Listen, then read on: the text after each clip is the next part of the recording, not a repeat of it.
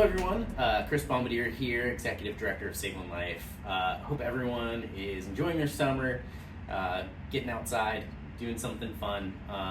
Really excited to be here with Doug Mildram again, who is going to be riding his bike across the entire United States this summer, which is just insane. But love to talk to you today just a little bit about how you're preparing for this trip, and how do you even start planning for something this epic, So I guess the first question I want to ask you, what is the biggest things you've learned throughout this process of getting ready for this trip? Yeah, Chris, I think the biggest thing is the recovery. Because I'm having to up my miles, substantially to do something this long. The typical ride I would do is, 30 or 40 mile ride. But I've got many segments in here where it's an 80 mile ride or 100 mile ride, or like I said to you the other day, I'm doing back-to-back 100 mile rides, or something up, with hills up in the mountains. And what's the recovery like that the next day and then the day after that? So to make sure, the hydration works with it, the food works with it, the rest works with it. I know the other day I did, 100, this was actually a couple weeks ago, and I was scheduled to play tennis the next morning with someone. And I got up and I felt great physically in terms of, I really wasn't tired, but I hadn't done 100 mile and go to play tennis, so the lateral motion wasn't going to be there. So I'm like, let's wait another day till we get on the tennis court. Yeah. So it's just really adjusting to, the increase in mileage and how to really recover from that to the next day's workout. Yeah, so it's going to be tough, and with some of my clients, it was kind of a similar story, is you're preparing for something that it's not just a one-day hard event. That one day is hard, but then you're going to do the same thing the next day, and then the same thing the next day. So yeah, how does that training, how do you kind of build into that repetition of tough days and tough days? Were you given a training plan, or how did you kind of develop that strategy? It's a great question. So the answer in terms of the training plan is yes. So Trek provided a training plan, really something that went over about 6 or 7 months. And I started really training in earnest, which I think was off a good fitness level to begin with back in November. And then I've been ramping it up. So they look at week to week to week preparation leading up to this, and different segments at different mileages, and with some elevation, of course. So it pretty much is I think that was the homework plan, what they gave us. So I'm trying to stick to that, base that off of my fitness and experience as a runner. And then secondly, the big thing is the accrual of the fatigue. So that's kind of the unknown. So I've kind of looked at it that, when I'm doing the rides, especially the longer ones, there are breaks. We have breaks at 20 or 30 miles, and then a lunch, and then another break, and then maybe one more, or then dinner. So I'm kind of putting it into chunks of days, and to say, okay, so this is a day, and then you repeat a day. And what do I do between then in terms of rest and, again, hydration and so on. So that is the unknown. But I'm confident with the day, and get to know how the day feels. And then there'll be some different days. And then they've also sent out a breakdown of the 42 or 43 segments. And I'm sort of really looking at that, because not all the days are the same, of course. There'll be variables with the weather and everything else. But there are harder days and easier days. Absolutely. So to kind of mentally get ready for okay, there'll be a harder day, but that there'll be an easier day, or maybe a couple days down, there'll be a rest day. So it's more like trying to understand what a typical day is like, how I feel it, and then what the recovery is after that day. Yeah. And, that's how I'm sort of approaching it. Absolutely. Yeah, and that recovery is so critical. What's the biggest trick that you've figured out so far for your own personal body of what helps you feel the most recovered the next day? Is it a specific snack, or is it drinking something specific that you've done it and you're yeah, that's something that made me feel great for the next day? Yeah, I mean, it's the constant hydration. So I'm drinking fluids when I don't even want to drink them. And I'm I can drink a liter now real quick, which is a lot. So I put out 4 or 5 liters a day, which is a gallon or a gallon and a quarter, and I'm making sure I consume it. And I'm pretty good with the eating, because I'm not a big eater at once, but I'm really good with consistently snacking and hopefully having some fruit or some power bars, and I have a pretty good idea of how I feel with that. So, but it's really the hydration, make sure that's consistent, And this does make you sleep well. I sleep fine. And the other thing is really the stretching. So I'm trying to stretch more. I've never been a great stretcher. Yeah. And then I'm going in once a week, and I'm doing a massage, and I get like a really good therapeutic massage. Nice. And I was doing them every other week, and now I'm doing them every week. So if I get one of those a week, and I stay with the stretching program, and then I do the hydration, and I'm getting the rest, I mean, That's is a good to me. setup. Yeah, and then you have to do that every single day. Yeah, you can't take the day off with that either, right? Like, 'cause No. if you take the recovery part off, then the next day it kind of puts you back in your training plan and strategy. I think one of the things you touched on that I found really helpful for my climbing, and especially with my hemophilia too, was the stretching. That was something I never focused on when I was younger, but I noticed, if I was kind of protecting my body by doing stretching every day and being consistent with it, not only did I feel like I recovered more quickly, but I also felt that I was protecting my joints a little bit. They felt better, and I felt like I didn't get as many bleeds, which was really nice. Obviously, especially when you're training with a bleeding disorder, getting a bleed in the middle of training can set back your whole plan. And I know, Doug, you don't have hemophilia, but that's always a concern, right? Is while you're training, what happens if you get an injury? Have you had to deal with any of that yet, or have you been doing pretty well, training hard but also being cautious at the same time? Through this program, I've been pretty good. I haven't had any real quote-unquote injuries. However, to your point, I really noticed picking up the volume of the cycling, because I'm pretty much I've done some swimming in preparation from this, and I was playing tennis quite a bit. Now I'm having to really cut back on the tennis, because I think it's really good cross training and to try to prevent injury, because you're getting, using other muscles, and then you're doing something a little different that's requiring, not just the same repetition. However, when you do the long and the more intense cycling, the legs are different when you start to go on the tennis court, so it takes me a lot longer to warm up, so I've modified it. So it's really modifying some things, but I think the cross training is good.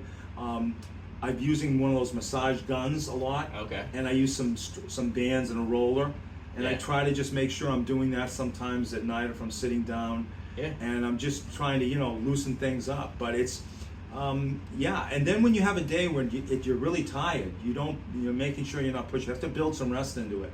So I kind of like yesterday, I had a real easy cycling day. I was just touring around town. It was just a couple hours. It was easy, enjoyable.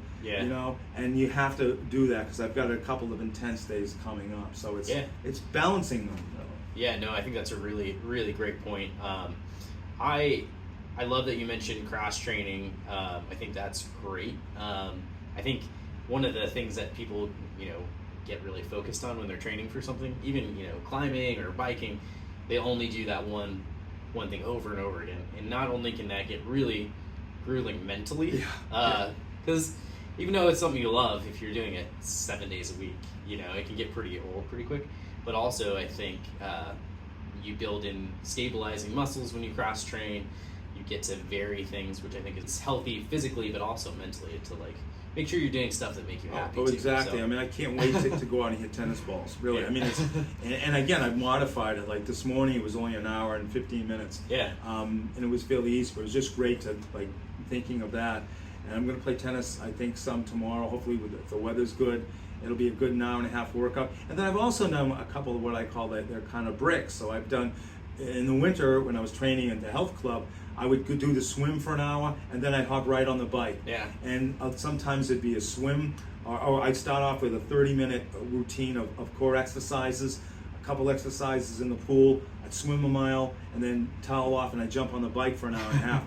So that is a 2.5 hour workout with different, almost 3 hour workout with different components. Wow. So I do that. I do the same sometimes with the tennis. I've gone out, played for an hour and a half, and when I say play, we play some points, but it's mostly doing a lot of drills and stuff. So it's fairly intense for 90 minutes, and then towel off and hop on the bike for like an hour and a half or 2 hours. So I can tell even the adjustment of getting off the court, getting on the bike, it takes like 10 or 15 minutes to get it smooth again. So the going back and forth is a little cumbersome to begin, but once you get going, I think it builds that extra strength, and it's mentally I'm really looking forward to get back on the bike after I've hit the tennis balls for an hour and a half, and vice versa. Yeah, absolutely. Yeah, I think one of my favorite parts of, much like your training for this, my training for Everest was 6 to 8 months, of intense training, and having those breaks where you're still, pushing your body. My favorite thing was like doing a little mountain biking. Yeah. Just to change it up for a second, it just like reinvigorated you. But I think the also important note is like you're sharing how many hours you're spending doing this stuff. Like, undertaking something like this, or climbing mountains, like it's a huge time commitment too. Like you're not just going out there and doing this one day. Like you have to spend this time preparing. It has to be a huge commitment, and it has to be your big focus. Otherwise, you're not going to be able to pull it off. Without question. And I don't know how you did it working, because you were working. But I'm retired. I couldn't do this if I had my normal job before. Yeah, it's tough. Right? So this has been really good in a sense. It really is still a key part of my day, and I build the day pretty much around it. Yeah. But as an average, on my normal workout in a week, I would average, say, 10 to 12 hours a week working out. As I've ramped it up for this, it goes to like 14 to 20. Yeah. And that's a lot, because that's the actual workout. Right. Then sometimes you drive to some place, or the stretching or a massage. Yeah. And then getting the prep for. So you can figure this sometimes is 25 hours a week. Absolutely. And that's just the prep. And for something that we really fully don't know, you can't actually do it. You're doing this thing that's like, it's way out there. Yeah. But this is, you can't prep for this by doing this, and so you're doing the components of it. What has been the hardest part of the training for you personally? Has there been anything that was like surprising to you? Nothing really surprising. I think just the, just when you're on the bike for a long time. I mean, it's a long time. It's one thing when you hit 60 or 70 miles, but then when you're up to 90 to 100, you really got to concentrate, because it's just a long time to be there. So mentally, it's just to keep reframing everything. Very lucky living around here. Some of the things you'll see on the videos, that the scenery is beautiful. Yeah. And I'm trying to extrapolate out what it's going to look like in different parts of the country, and I'm excited about that, because I'll see different things. So that keeps it really fresh. But I think it's just, like anything else, when you get a little tired, and I'm in my cells, okay, so I'm a little tired now, but this is all going to be part of it. Yeah. So you're going to be riding tired, you're going to have days where you're going to be very tired. So you just have to kind of think about this is all part of the training. Yeah. And the hardest thing for me really was doing like the 100 miles and then going out and trying to move laterally on a tennis court. Yeah. And it's not so much that I'm tired, it's just that my legs are saying they don't want to go this way right now. So it's getting them ready. Yeah. No, that's great. I love that you also just kind of highlighted that, though riding the bike 100 miles is one challenge about it, but staying mentally engaged for 100 miles is equally as important. I had a very similar situation when you're climbing for 12 hours or sometimes 18 hours.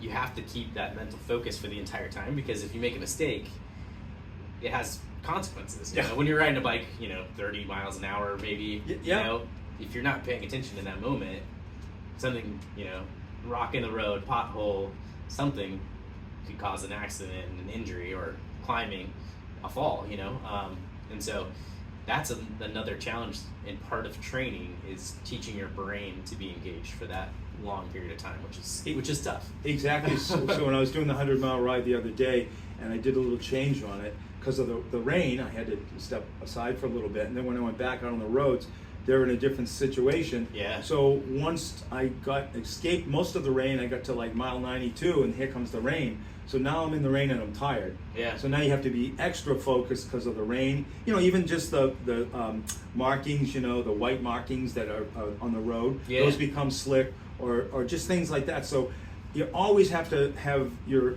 acuity up. Yeah, absolutely. And that's the challenge. But I think the key thing for me is, I understand that, and it's just going to be a matter of like trying to, and I'm sure you were doing this when you were climbing, you can't think of like these long things in front. You've got to think of pieces of it. Absolutely. And pieces of it, and then eventually you're going in that direction. Yep. And that's really, I kind of try to focus on the day's events. Yep.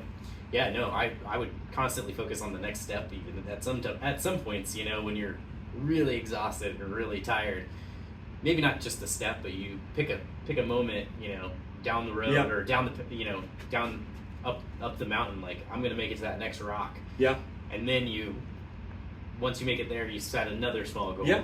Because if you think about the whole thing, you're like, I'm never gonna get this done. So. Yeah, and that was very similar to when I was running. So there were Yeah. times when I was running, even when I'd be running 5Ks, and I'd be, at the end, and I'd be really tired, and I'd actually think, okay, I'm going to go telephone pole to telephone pole. Absolutely. Stuff like Yeah, that. yeah. Set those small, achievable goals, and Yeah. just keep working forward. So, last question for you: what would your advice be to somebody that is thinking about not only getting involved in some physical activity, but maybe setting a goal to do something pretty challenging, maybe pushing themselves a little bit farther than they've ever done before? Maybe it's running a half marathon, or it's doing an Ironman. Whatever it is, what would your advice be to somebody that is contemplating getting into that? Yeah, I mean, I think there'd really be two key things. One, to find an activity you actually enjoy. Yep. So whether it's the hiking, running, swimming, walking, anything, but you need to really enjoy the activity. Yep. And then to absolutely have a goal, but give yourself time to get there. So enjoy the process of trying to get there. I know when I was doing the running, there were a lot of people that said, I want to run a marathon. Okay, that's a great goal. And a lot of them would do it sometimes too fast. Yeah. And there'd be injury. And not only that, then there'd be people like, okay, I made my goal, but I'm not really like running that much. Yeah. And I'm like, okay, well, you just, you just accelerated things so much that you made it uncomfortable for yourself. So have the goal and go to the goal. But like you said, you've got to do the homework.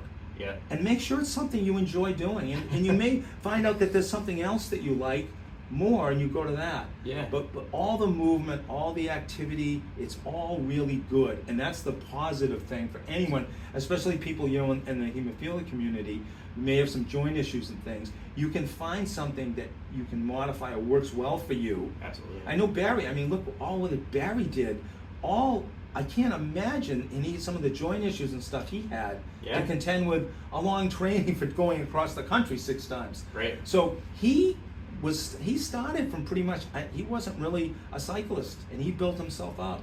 Yeah. And that really shows you something. Yeah, from scratch to Very riding across the inspirational and country 6 times. It's amazing. That is the single best example. Yeah, no, I agree with you, and I love that advice. The thing I think I learned as a person with hemophilia is when you set your sights on something, you do the homework, you come up with this plan, but sometimes you have to ease into it more than maybe people without a bleeding disorder have to do.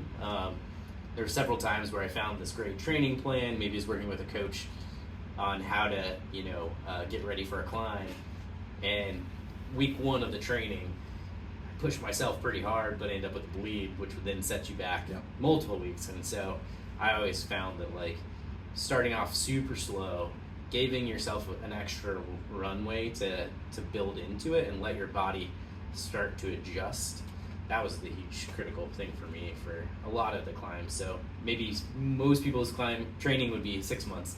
Mine would be 7, because I'd add another month just to ease into it. So, just those little things that you learn along the way, right? You listen to your body, when it's to push it, when to kind of take it easy and rest. Those are all really valuable lessons. Yeah, and trust me, it took me a long time when I was running. My first couple marathons, boy, did I crash and burn. It's terrible.